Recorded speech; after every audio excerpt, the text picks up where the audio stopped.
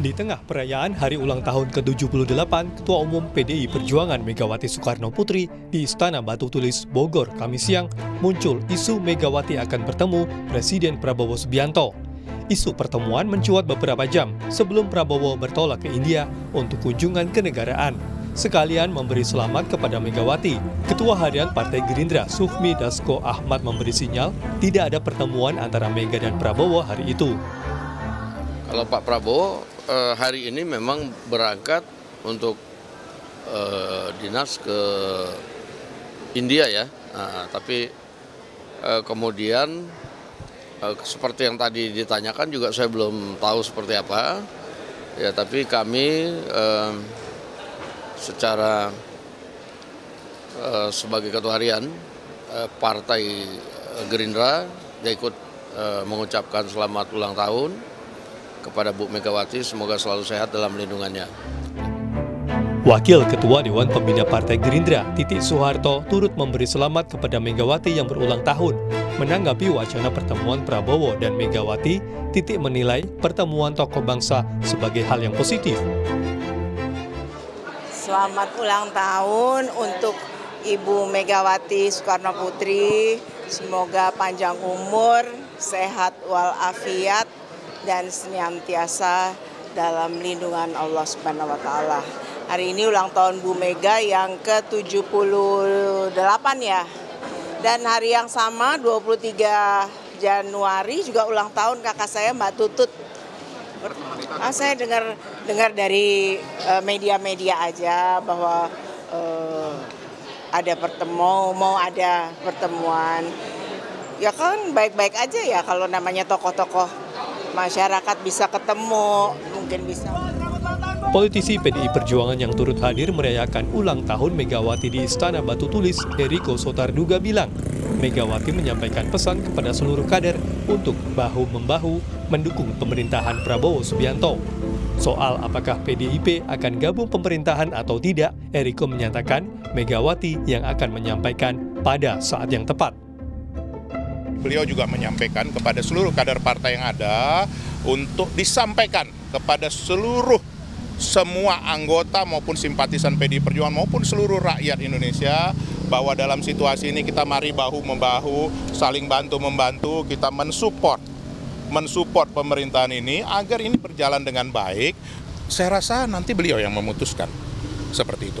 Karena begini, masukan-masukan tentu diterima oleh beliau, termasuk masukan dari saya, dari Mas Seno, dari kami semua. Tetapi tentunya beliau tahu kapan waktu yang tepat. Dan selama ini kami mempercayakan sepenuhnya. Karena kenapa? Beliau tahu benar waktu yang paling tepat. Dan selama ini sudah terbukti. Isu pertemuan Prabowo dan Megawati tak hanya muncul saat ulang tahun Presiden ke-5 Republik Indonesia. Sejak Pilpres, pertemuan keduanya belum terwujud meski ada beberapa kali sinyal komunikasi yang kuat di antara elit PDIP dan Partai Gerindra. Tim Liputan Kompas TV. Sekali lagi isu pertemuan Presiden Prabowo dan Ketua Umum PDI Perjuangan Megawati Soekarno Putri mengemuka. Kemarin saat Megawati berulang tahun mencuat isu keduanya bertemu sebelum Prabowo bertolak ke India. Namun lagi-lagi wacana tinggal wacana. Di tengah wacana pertemuan muncul pula politik minyak urut. Akankah politik minyak urut bakal melancarkan jalan kedua tokoh bertemu dalam waktu dekat dan semakin mendekatkan PDIP ke pemerintahan? Sudah ada pengamat politik Adi Praitno. Mas Adi, selamat petang. Selamat petang, Mbak. Mas Adi, kalau kita lihat barang-barang yang saling dikasih antar satu sama lain kan personal sekali ya. Mulai dari bunga anggrek, bunga kesukaan Bu Mega. Kemudian ada juga minyak urut atau juga kata Bu Puan, ya biasalah ngasih vitamin kayak gitu. Kalau kita membaca gestur antara keduanya soal saling memberi barang yang personal sekali kesannya, seperti apa Mas? Ya, saya kira memang secara politik ini ingin memberikan kesan bahwa Megawati dengan Prabowo Subianto itu memiliki hubungan politik yang cukup baik secara personal dan bahkan bisa melampaui hubungan-hubungan yang terkait dengan politik. Sekalipun publik tahu ya bahwa sebenarnya Prabowo dan Jokowi ini kan Prabowo dan Megawati maksud saya sempat berhadapan-hadapan sepanjang 3 kali Pilpres 2014, 2019, dan 2024, tapi hubungan keduanya itu melampaui di antara itu semua. Jadi ini yang saya kira saya selalu sebut sebagai modal sosial dan modal politik. Bagaimana sebenarnya Prabowo Subianto dan Megawati itu ya tidak ada permusuhan secara politik. Cuman kan satu-satunya momen yang paling banyak ditunggu oleh publik itu adalah kapan kira-kira ini bisa bertemu.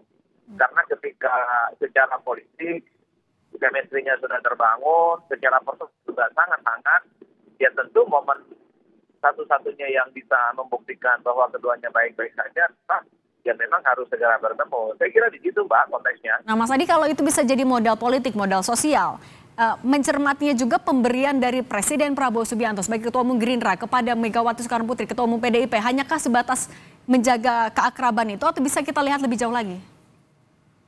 Tentu kalau saya membaca mazhabnya Prabowo Subianto, ini tentu tidak hanya soal bagaimana menjaga keakraban, tapi memang sejak awal Prabowo itu punya intensi untuk merangkul semua pihak dan semua kalangan, termasuk partai politik yang kalah pilpres, untuk menjadi bagian dari koalisinya Prabowo. Itu terbukti misalnya ketika PKS, PKB, dan juga Nasdem dirangkul menjadi bagian dari koalisi desa. Artinya apa? Secara gestur politik memang tidak bisa dibantah bahwa sebenarnya Prabowo sekalipun itu juga ingin menjadikan PDIP sebagai koalisi mereka. Cuman per ini ada jarak psikologi politik yang sepertinya memang membuat kenapa PDIP itu masih belum memutuskan untuk bergabung dengan Prabowo Subianto.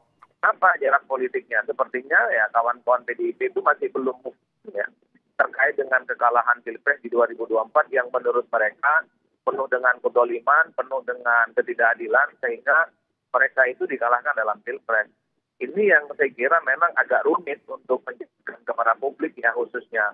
Satu sisi Prabowo dan Megawati itu tidak ada persoalan apapun, hubungan keduanya cukup mesra, tapi pertemuan politik satu sama yang lainnya ini agak sulit untuk diwujudkan.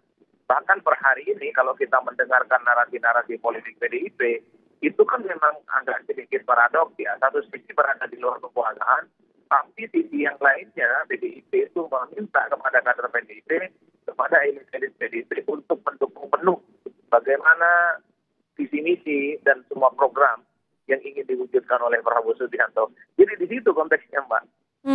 Nah artinya kalau misalnya ya seakrab tadi hubungannya baik sekali, bahkan PDIP juga memberikan arahan untuk membantu pemerintah, membantu Presiden Prabowo Subianto. Yang jadi ganjalan hanya psikologi tadi atau ada faktor-faktor lain sebenarnya yang masih menjadi pertimbangan Bu Mega? Ya kalau saya sih membaca ini tentu untuk membuktikan bahwa sebenarnya pada level konstituen PDIP per hari ini masih belum banyak juga yang sebenarnya ingin bergabung dengan Prabowo Subianto. Kita tahu bahwa sebenarnya PDIP ini adalah DNA-nya adalah DNA oposisi. Dan itu terbukti misalnya ketika kalah Pilpres dari Mas Adi? Oke, kami sambil terus perbaiki hubungan sambungan telepon dengan pengamat politik Adi Praitno. Mas Adi, suara studio sudah terdengar lagi? Mas Adi, audio Zoom-nya boleh dibuka? Dan itu yang sebenarnya terjadi. Mas Adi?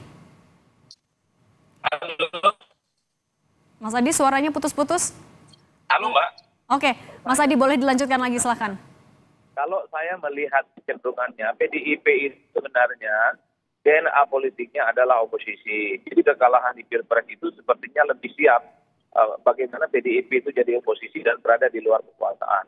Tapi secara praktik politik memang tidak bisa disembunyikan bahwa kecocokan Megawati dengan Prabowo Subianto, chemistry politik yang sudah terbangun sejak lama, persahabatan personal yang melampaui urusan-urusan politik, inilah yang kemudian membuat rumit bagaimana sikap politik. Sisi wajahnya itu ingin kelihatan menjadi oposan dan di luar pemerintah. Tapi pada saat yang bersamaan dalam praktiknya memang Ketua Umum Megawati itu untuk memerintahkan bagaimana praktik-praktik politik itu semakin tuntas.